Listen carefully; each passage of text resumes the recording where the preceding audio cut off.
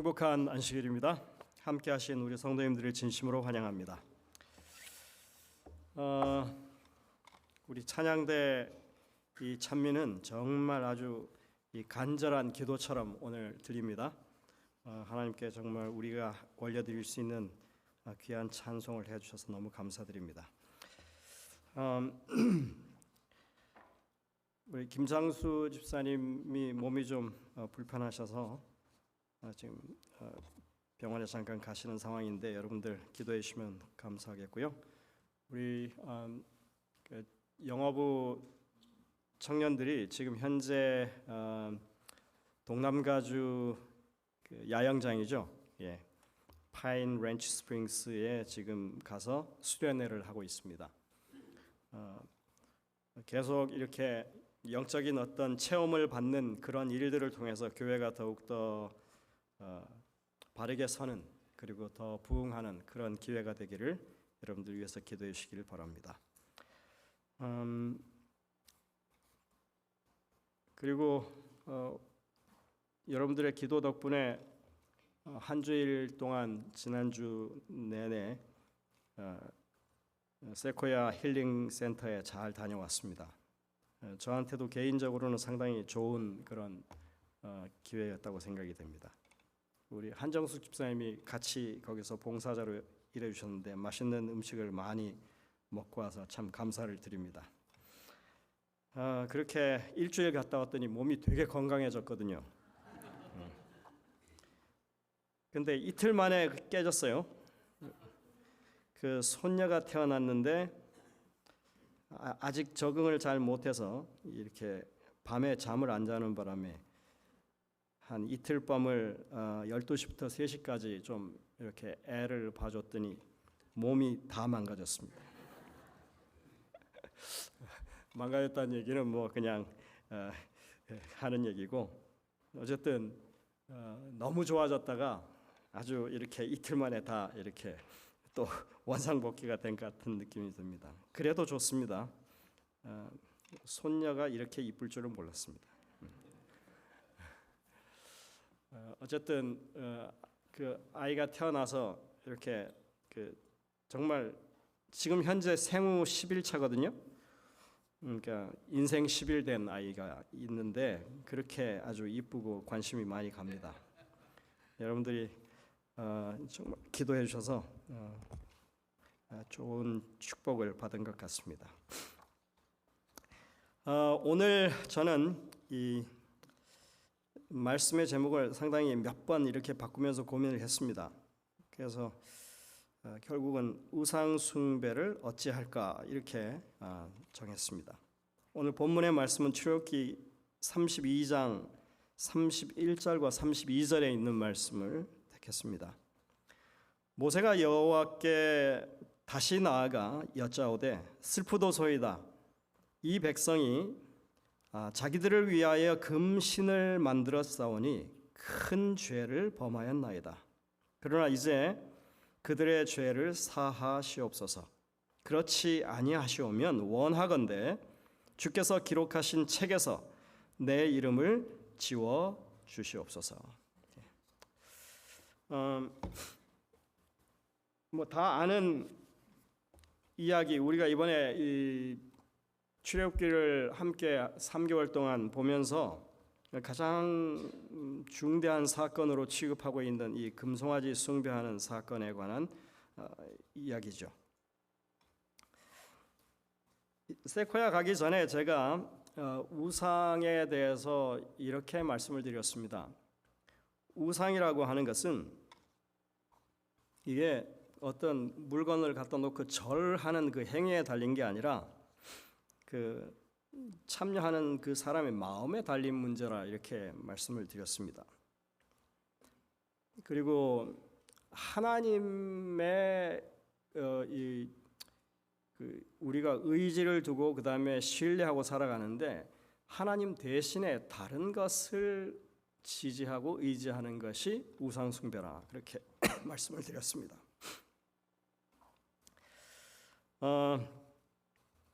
근데 어쨌든 이 충격적인 사건을 우리가 보면서 조금 더 깊이 생각해야 될 부분이 있어서 제가 오늘 이 말씀을 다시 또 꺼내 들었습니다. 이 사건은 생각보다 우리에게 주는 교훈이 깊다고 저는 생각이 됩니다. 율법을 받기 위해서 모세가 이 시내산에 올라가 있는 동안에 생긴 사건이죠. 정말 아이러니합니다. 우상을 숭배하지 말라고 하는 그 율법을 받고 있는데 밑에서는 지금 우상 숭배를 하고 있죠. 하나님의 임재가 분명히 있었습니다. 아주 그 시내산에 빽빽한 구름이 뒤덮이고 그 다음에 우레와 같은 하나님의 음성이 들렸습니다. 사람들이 모두 다 두려워하는 그런 경험을 했습니다. 분명히 눈으로 봤고 들었습니다. 그럼에도 불구하고 그 모세가 산에 올라가서 내려오지 않는다고, 이제는 뭐 살았는지 죽었는지 모르겠다고 그러면서 우상을 만들어서 경배한 정말 보기 드문 그런 그 우상 숭배의 사건이 이것이죠. 그런데 이 상황에서 모세가 이제 하나님께 드리는 중보의 기도의 내용이 바로 오늘 우리가 본 이 본문의 말씀입니다.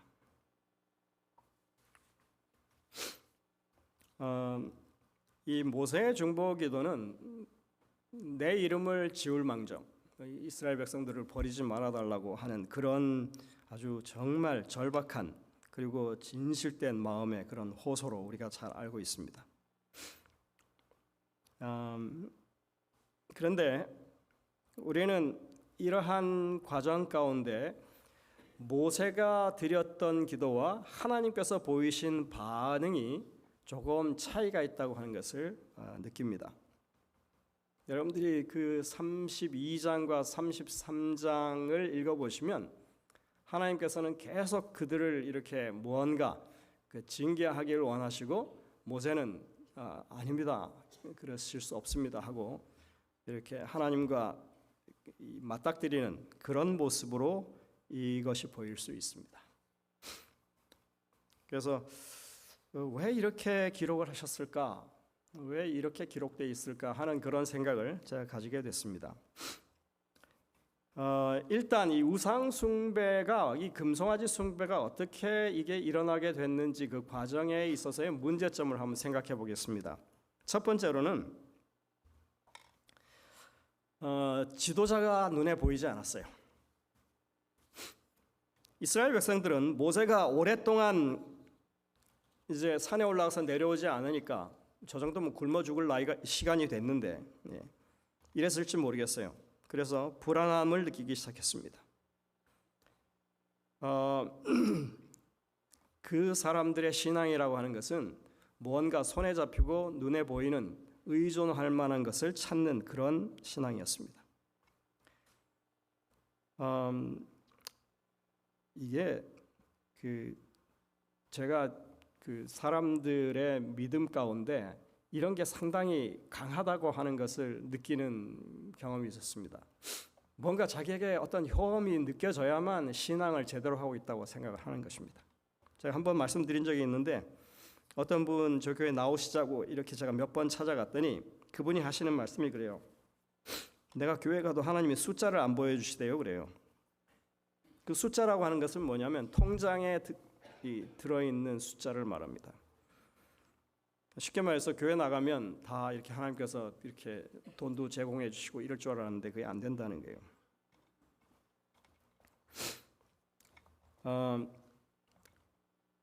하나님은 그렇게 숫자로 측정될 수 있는 분도 아니에요. 내가 손에 잡는다고 그게 의지가 되는 그런 분도 아니에요.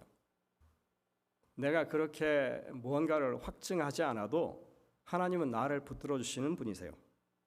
우리가 그런 신앙을 가지는 게 사실은 중요하다고 하는 것을 여기서 볼 수 있는데 이스라엘 백성들은 그런 신앙을 가지지 못하는 상황이었습니다. 우리는 손에 잡히지도 어떤 때는 들리지도 않고 보이지도 않는 그런 하나님을 의지하며 사는 사람들입니다. 그래서 이 지도자의 부재라고 하는 것, 그게 뭐 누군가 신뢰할 만한 사람, 의지할 만한 사람이 없어서 그랬다고 하는 것도 어떻게 보면 이게 문제가 될 수 있어요. 교회는 물론 지도자들이 있습니다. 그리고 함께하는 여러 이 동역자들이 일하는 곳이긴 합니다. 그러나 여러분들, 이 교회에 진짜 일하시는 분은 우리 하나님이십니다. 그런 믿음이 여러분들 마음 가운데 있게 되기를 간절히 바랍니다. 이 두 번째 문제점은 그 주변 환경이 그랬다고 하는 것입니다. 이스라엘 백성들이 거의 200년 넘게 그냥 그렇게 이 애굽에서 경험했던 그 문화는 뭐냐면, 그 황소가 이 아피스라고 하는 신이 그 이집트에 있었는데, 그 이 뭐랄까요, 아주 거룩한 황소예요. 그래서 그 황소를 숭배하는 게 아주 자연스러웠습니다. 그게 그들에게 있어서는 하나님이었으니까요. 마찬가지로 그 당대의 이 가나안 땅에 주신이라고 할 수 있는 엘 신이 있었는데, 엘 신은 황소로 이렇게 대변되었습니다. 그러니까 금송아지를 만든다고 하는 것 자체가 그 당시에는 이상한 일이 아니에요. 그냥 하나님 하면 그들에게 있어서 당연히 금송아지를 연상할 수 있는 그런 주변 환경적인 요소가 있었다고 하는 것입니다.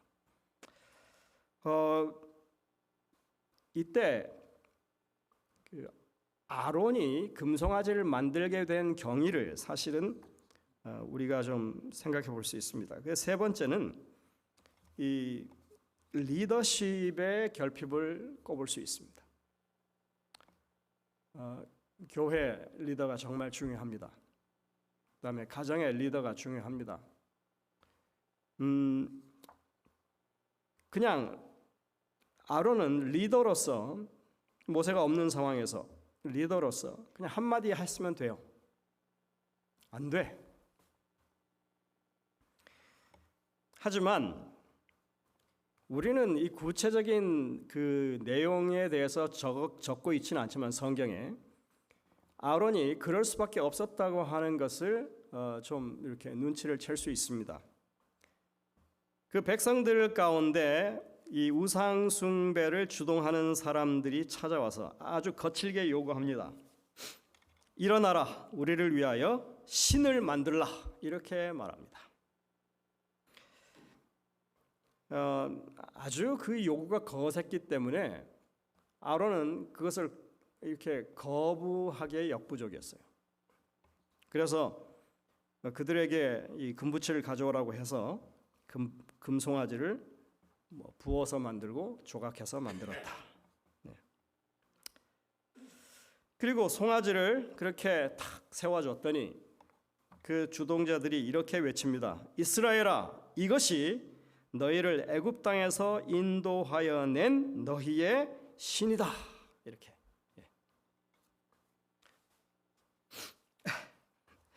참 재미있는 것은요, 이것이 너희의 이 신이다 했을 때 여러분들 히브리어로 이 신을 뭐라고 했는지 아십니까? 엘로힘 이렇게 얘기하고 있어요. 이제 모세가 이제 다 내려와 가지고 뭐 십계명도 던져서 깨뜨리고 내려와 가지고 아론을 책망할 때 이렇게 얘기합니다. 이 백성이 당신에게 어떻게 하였기에, 그러니까 이 말은 뭐냐면 도대체 얼마나 강하게 압박을 했느냐 이거예요. 그런데 그 뒤에 이 모세가 한 말은 이래요. 이 백성이 어떻게 하였기에 당신이 그들을 큰 죄에 빠지게 하였느냐 이렇게 말합니다. 아무리 압박이 거세도 적어도 하나님을 분명하게 알고 하나님을 신뢰하는 지도자는 뭐 해야 된다는 거예요? 그 일을 거절할 수 있고 그걸 막을 수 있어야 된다고 하는 것입니다. 그러니까 결국은 그들이 막 우격다짐으로 그렇게 이 우상 숭배를 하려고 해서 그렇게 되었다 하더라도 책임은 누구의 책임이에요? 아론의 책임이에요. 그래서 우상 숭배의 이 문제에 있어서 이 지도자의 이 지도력의 결핍이라고 하는 것은 아주 중요한 그런 기준의 역할을 하는 것입니다. 근데 여러분들, 이런 것은 사실 근본적인 원인들은 아닙니다. 지나온 과정 가운데 이게 그렇게 범죄로 이어지는 가운데 문제점으로 제시할 수 있는 것들이죠. 사실은 이 우상 숭배에 있어서 더 근원적인 문제가 있다고 하는 것을 우리가 생각해 볼 수 있습니다.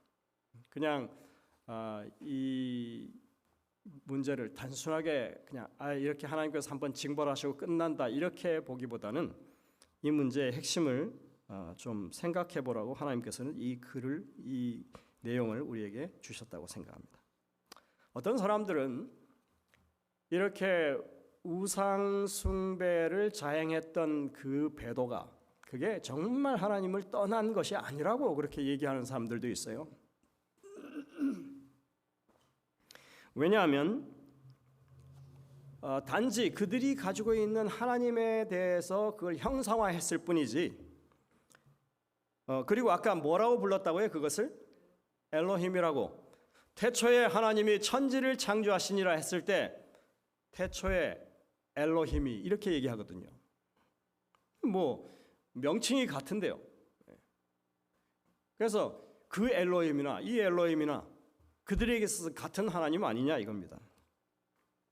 그리고 여러분들 이 4절과 5절 6절에 보시면 그 내용이 분명히 나와요. 여호와의 절기를 지키고 그들이 아직 절기는 제정되지도 않았습니다만은 어쨌든 아론이 선포해요. 이제 오늘은 뭐라고요? 여호와의 절기다. 축제일이다. 그러면서 뭐와 뭐를 드렸다? 번제도 드리고 화목제도 드렸다. 그러니까 이게 정말 그들의 입장에서 볼 때는 이게 배도가 아니라 이거예요. 근데 여러분들 맞는 얘기입니까? 이게 맞는 얘기 아니에요. 절대로 이게 뭐 우상숭배가 아닌 그런 사건이 될 수 없습니다. 이건 철저하게 우상숭배입니다. 그들은 자신이 만든 신을 지금 섬기고 있습니다. 자기들이 가질 수 있는 신을 지금 생각하는 것입니다. 눈에 보이는 신, 그리고 자신의 눈높이에 맞춰진 신, 그리고 다른 어느 나라에서도 볼 수 있는 신, 아주 보편적인 신이죠. 이집트에서도 볼 수 있고 가나안에 가서도 볼 수 있는 그런 신이죠. 이것은 그냥 자기들의 생각과 자기들의 편의에 맞춰서 하나님을 자기들이 만든 거예요. 이게 엘로힘이라고 했으니까. 이건 분명히 우상이 맞습니다. 신은 가질 수 있는 게 아닙니다. 성경이 우리에게 말씀하고 있는 참 하나님은 우리가 어떤 상상이나 뭘 해가지고 내가 가질 수 있고 소유할 수 있는 그런 신 아니에요. 그 하나님이 우리에게 자신을 계시하셨을 때 계시하신 그 내용 그대로 있는 그대로의 하나님을 우리가 인정하고 높이는 것이 그게 진짜 신앙이에요.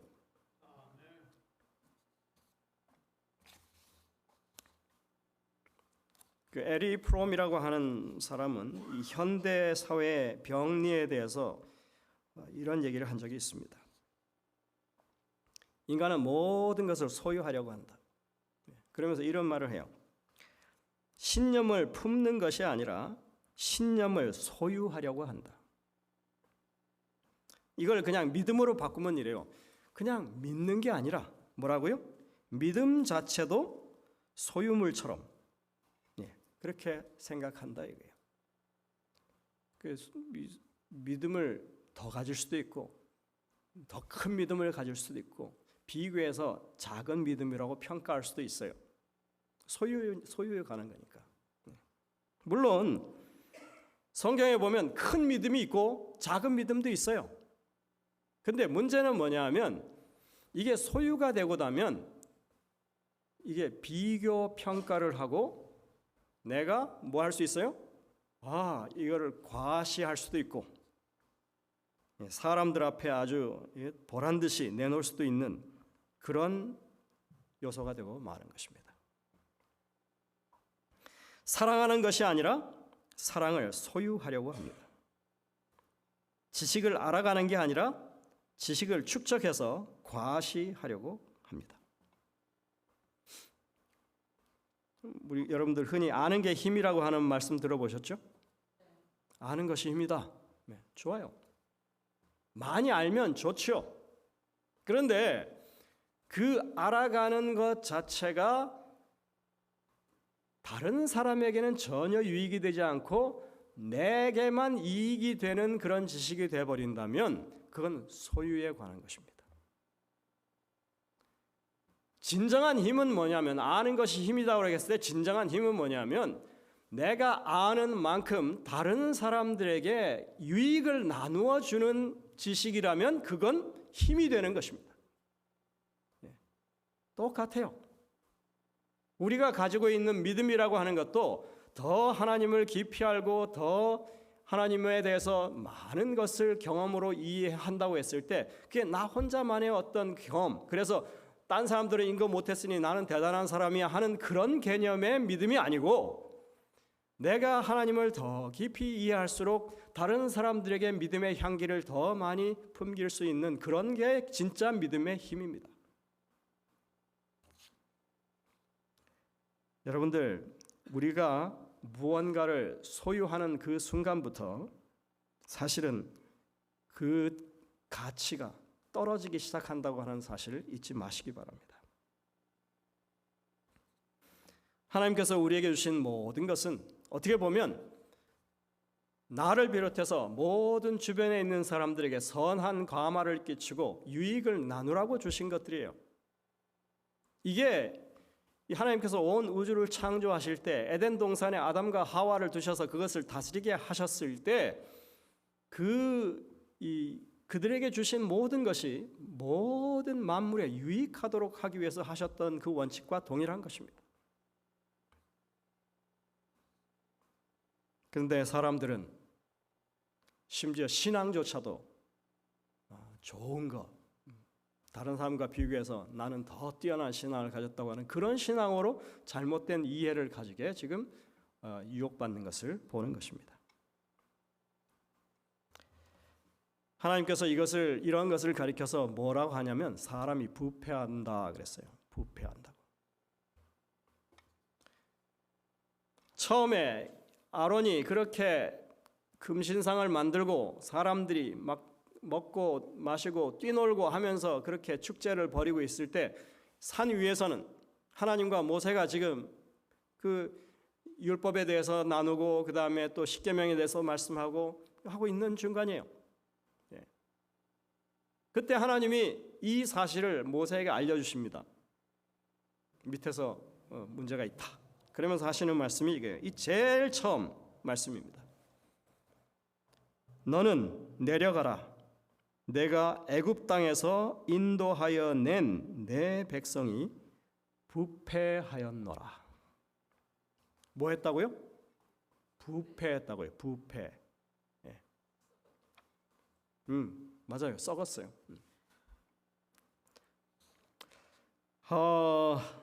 네, 여러분들 여기 하나님께서 말씀하시는 게 약간 좀 가시가 돋쳐 있어요. 이거 아셔야 됩니다. 여기 지금 뭐라 그래요? 애굽 땅에서 인도하여 낸 할 때 누가 인도해 냈다고 그래요?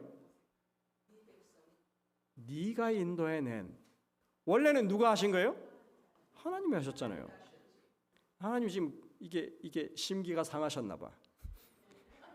그래서 가시돋침만을 지금 하고 있는 것 같아요. 네.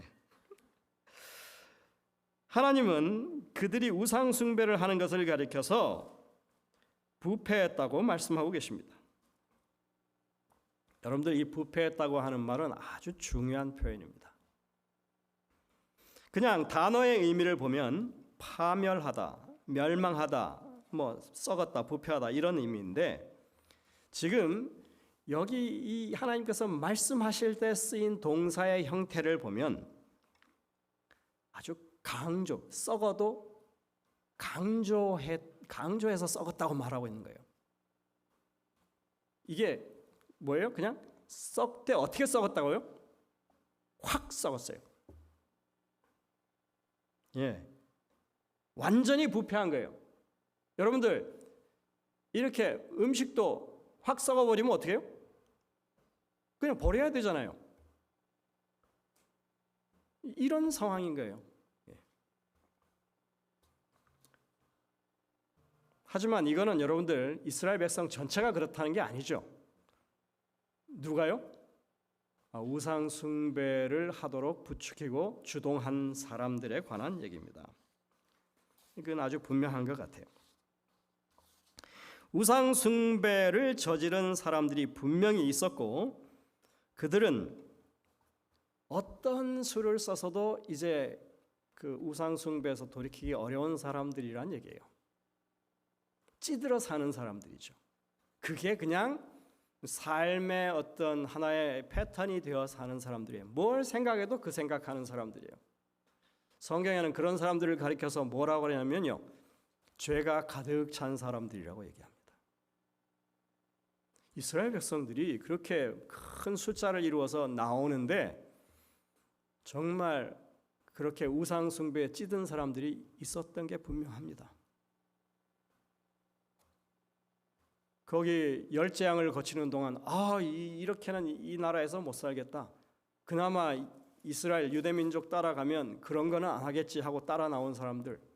근데 그들의 생각에는 뭐가 가득 차 있어요? 예, 하나님은 별 의미 없고 그냥 어떻게 살아도 조금 더 나은 삶을 살기 위한 그런 걸 해왔는데 따라왔는데 뭐예요? 오니까 뭐 하고 있어요? 지금 광야에서 생고생을 하고 있어요. 그러니까 계속 무슨 얘기를 합니까? 애굽에 있을 때가 좋았다. 예. 뭐 여러분들이 나중에도 이렇게 그런 얘기들이 나오지만 뭐 고깃가마 옆에 있을 때가 좋았다는 얘기도 하고 별별 얘기 다 하죠. 예. 그러니까 그런 뿌리가 계속 이스라엘 백성들에게 남아 있는 것입니다.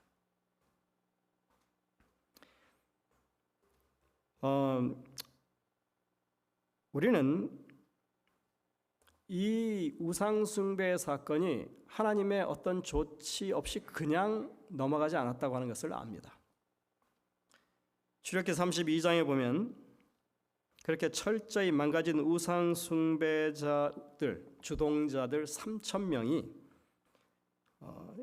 그 레위 자손들에 의해서 처형을 당하는 일이 있다고 하는 것을 보게 됩니다. 하나님은 분명히 사랑이 많으신 하나님이긴 하시지만 하나님께 정면으로 도전하는 그런 죄악의 세력에 대해서 오냐오냐 하지 않으십니다. 모세와의 대화 가운데 하나님이 이런 말씀을 하십니다. 여호와께서 모세에게 이르시되 누구든지 내게 범죄하면 내게 반역하면 내가 내 책에서 그를 지워 버리리라. 성경은 죄의 삭은 뭐라고요? 사망이라고 분명하게 밝힙니다. 여러분들 3,000명이 죽었는데 그게 무슨 배도나 반역이 아니라고요? 하나님께서 그러면 괜히 그들 큰 죄도 안 졌는데 죽였다고요? 말도 안 되는 얘기죠. 그들이 입으로는 뭐 엘로힘을 부르짖고 하나님을 부르짖고 그다음에 뭐 절기도 지키고 번제도 드리고 화목제도 드리고 겉으로 볼 때는 큰 문제 없어 보이는 그런 상황인데 그들이 3,000명이 죽을 만큼의 큰 죄악, 고의적으로 죄를 진 이런 상황이죠. 우리는 이렇게 하나님께서 죄악을 결코 좌시하지 않는다고 하는 것을 명심해야 합니다. 근데 이렇게 3,000명이 죽고 나면 이제 하나님께서 이 정도 됐으면 그냥 이제 징벌할 만큼 했으니 주동자들도 다 처벌했으니 이제 넘어가자 이렇게 하셔야 되는데 그런 게 전혀 보이지 않습니다. 저는 이게 조금 이상해요. 분명히 32장에 끝날 얘기예요. 근데 33장까지 이 얘기가 이어집니다.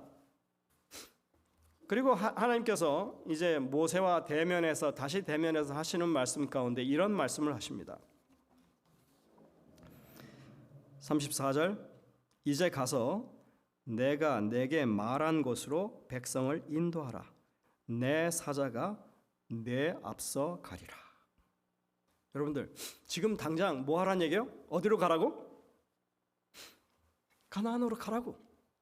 얼마나 좋은 얘기예요. 더 이상 이 광야에서 고생 안 해도 되니 어디로 가라고요? 데리고 저기 가라고요. 가나안으로 가라고. 하나님께서 당신의 사자 천사를 앞서서 보내시겠다고. 좋은 일이죠. 근데 그 말씀 다음에 이렇게 말하세요. 여호와께서 백성을 치시니 이는 그들이 아론이 만든 바 그 송아지를 만들었습니다. 뭔가 이렇게 하나님께서 일관되지 않는 왔다 갔다 하시는 그런 모습을 보이시는 것 같아요. 하나님께 치시겠다는 얘기도 하고 올라가라고 이제 데리고 올라가. 내가 내 사자를 보내줄게. 이렇게 하고 있어요.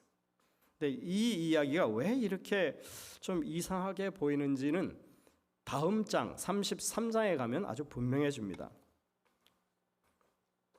똑같은 얘기를 반복하는데 하나님께서 구체적으로 하세요. 여러분들 한번 이거 그냥 제가 다 읽지 않을 테니까 이렇습니다. 똑같은 말을 반복하시는데 아주 상세하게 하세요. 근데 딱 한마디 뒤에 더 하세요. 너희는 올라가. 나는 안 가. 하나님이 뭐라고요? 너는 내가 약속한 거니까 내가 지킬게. 그러니 어디로 가라? 가나안으로 가라. 내가 앞서서 사자를 보낼 테니까 거기 있는 족속들 다 이렇게 저거 하게 해줄 테니까 너는 가. 데리고 가.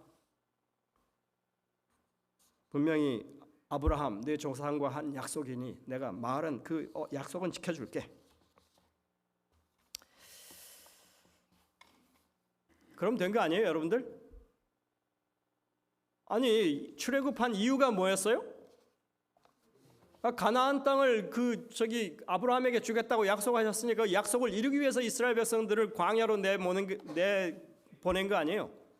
그러면 이 광야에서 이제 가나안으로 가게 해주겠다는데 다 된 거 아니에요? 하나님이야 뭐 가시든 말든 우리가 편하면 되는 거죠. 이 지긋지긋한 광야 생활 이제 그만해도 된다는데 얼마나 좋습니까? 근데 이스라엘 백성들은 물론이요, 이 모세까지도 절대로 그럴 수 없다고 하나님이 같이 가셔야만 된다고 애걸복걸하는 게 계속 이어지고 있는 거예요.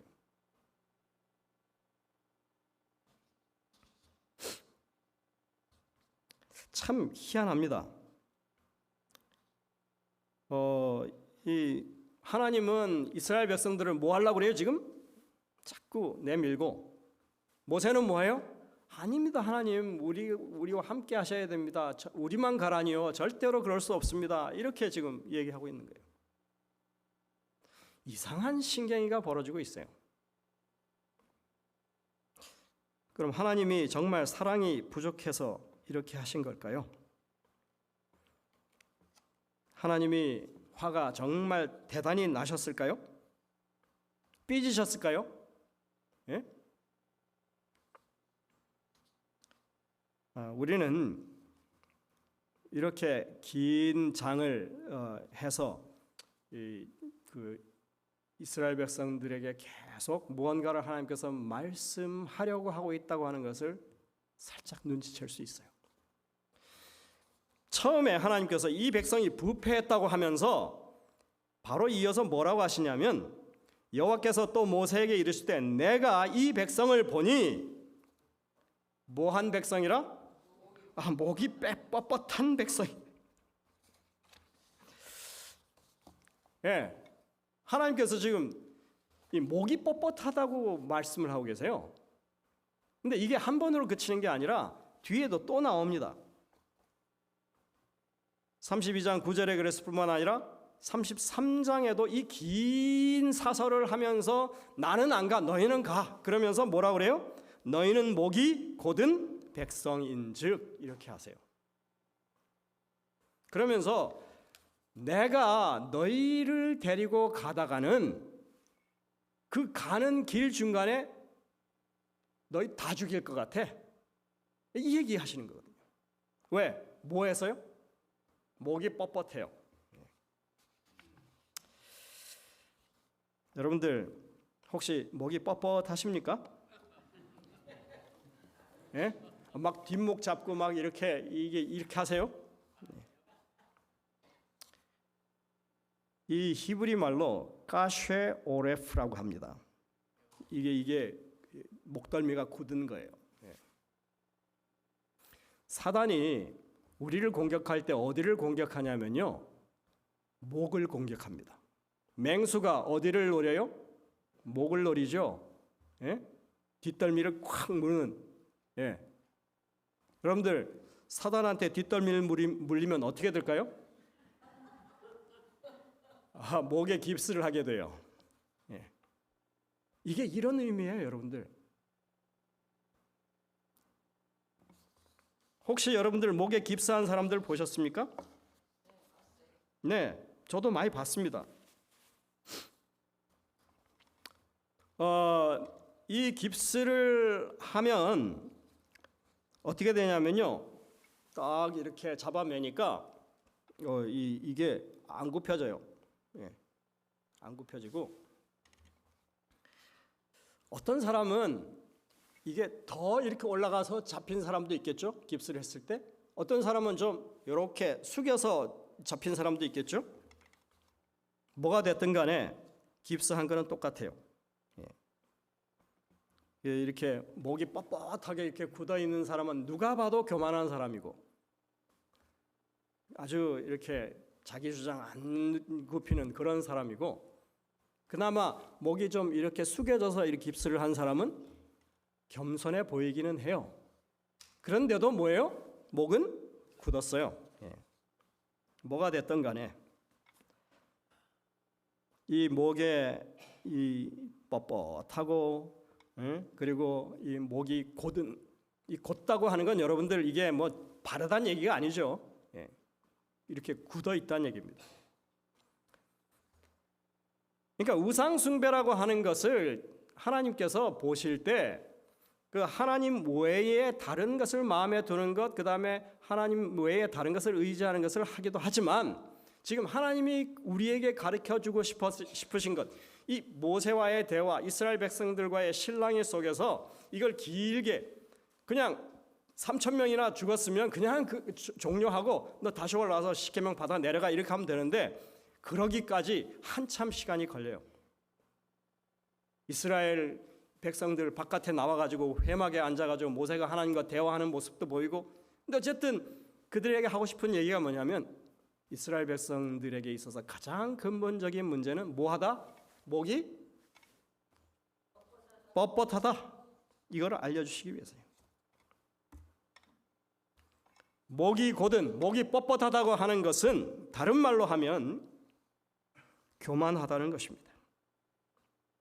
완고하고 불순종하고 자의적인 고집을 피우고, 그러니까 하나님이 뭐라고 하든 나는 내 방식대로 할 거야. 하나님께서 그렇게 돌이키라고 해도 마음을 돌이키지 않는 그런, 고개를 빳빳하게 세우고 아닌 척, 그 마음 가운데 어떤 미동도 없이 보이는. 그래서 이 목이 굳다고 하는 것은요, 자신을 하나님보다 앞세우고 있는 상황이거든요. 그래서 여러분들 이게 매우 위험한 겁니다. 어디 신상 앞에 가서 절하는 거는 마음에 없이도 할 수 있지만, 이거는 마음 자체가 하나님을 거부하고 있는 거예요. 이것만큼 큰 우상 숭배가 없는 것입니다. 사도행전 7장 51절에도 이스라엘 백성들을 가리켜서 목이 곧고 마음과 귀에 할례를 받지 못한 사람들. 예레미야 7장 26절에 보면 그들은 목을 곧게 하여 듣지 아니하며 교훈을 받지 아니하였느니라. 여러분들, 우리 하나님은 결코 사랑이 부족해서가 아닙니다. 이스라엘 백성들에게 어떤 교훈을 주기 원하시냐 하면 그들에게 하나님이 나 너희랑 같이 안 가, 이런 이야기를 하시면서까지도 뭘 깨닫기를 원하세요? 이스라엘 백성들의 가장 고질적인 질병이 무엇인지를 백성들에게 알려주기를 원해서 그렇게 하시는 것입니다. 모세가 하나님보다 더 사랑이 뛰어나서 하나님 그러시면 안 됩니다, 내 이름을 파서라도 이 백성은 구원하셔야 될 거 아닙니까? 약속을 지켜주십시오 하는 그런 얘기를 한결같이 하는 이유, 하나님이 그 마음에 이스라엘 백성들을 어떻게 사랑하고 계신지를 그가 알기 때문에 그래요. 여러분들, 이 기록, 이렇게 32장과 33장에서 하나님께서 이스라엘 백성들의 목이 곧다고 하는 것을 이렇게 마치 그 모세와 신경이를 벌이면서 이 딜을 하는 것처럼 보이는 이 모든 장면 바로 뒤에 이어서 하나님께서 모세를 시내산에 올라오게 하신 다음에 두 번째로 돌비의 십계명을 적어주시면서 그에게 자신의 영광을 보여주죠. 여호와로라 여호와로라. 여러분들 기억절 다 외우셨잖아요. 하나님은 그 성품 자체가 바뀌신 분이 아니에요. 삐져가지고 우리에게 벌을 내려야지 이렇게 하는 분은 아니란 얘기입니다. 하나님께서 죄악이 얼마나 무서운지를 보여주시는 그런 일을 말씀하고 계시고, 그리고 이스라엘 백성들에게 너희의 근본적인 죄악이 무엇인지를 다시 한번 생각하라고 기회를 주고 계시는 거예요. 모세가 이렇게 32장과 33장의 이 우상숭배 사건에 해결하시는 하나님의 모습, 우상숭배를 취급하시는 하나님의 모습을 보이면서 하나님이 자신의 영광을 자신에게 그때야 계시하시고, 모세가 하나님의 그 사랑의 영광을 보자마자 그가 한 행동이 뭡니까? 맨 마지막에 모세가 급히 땅에 엎드려 경배했다. 그러니까 이게 하나도 정말 그냥 우연하게 이렇게 기록된 게 없는 거예요. 성경의 단어 하나, 이 표현 방식 하나하나가 하나님의 분명한 목적이 있고 뜻을 우리에게 보여준다고 우리는 확신합니다. 하나님이 살아계셔서 역사하고 계시는 그 상황을 모세는 너무나 절실히 알고 있고 그걸 현실로 그가 자각하고 있기 때문에 목이 곧은 이스라엘 백성들은 그들과 함께 하시는 하나님을 무시하고 그렇게 경멸하는 태도로 우상을 만들고 자기 멋대로 했지만, 모세는 하나님의 그 사랑의 영광이 비칠 때 어떻게 했다고요? 즉시 급하게 엎드려 경배했다고요. 하나님이 참으로 어떤 분이신지를 모세는 알았어요. 그래서 그는 한결같이 이 사건이 벌어졌을 때 한 번도 그는 주님 그냥 정 그러시면 이 백성을 버리시고 나를 통해서 민족을 이루신다며요, 그렇게 하시죠 뭐 이렇게 하지 않았어요. 뭐 했어요? 끝까지 내 그 이름을 당신의 기록한 책에서 지울 망정 이 백성을 끝까지 구원하라고.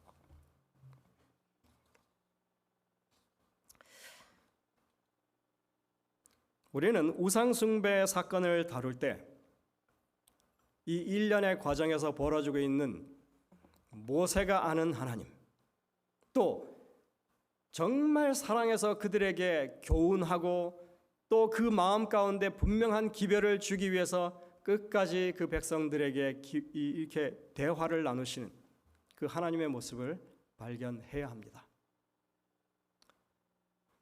여러분들 이제는 목이 곧은 삶은 살지 마시기 바랍니다.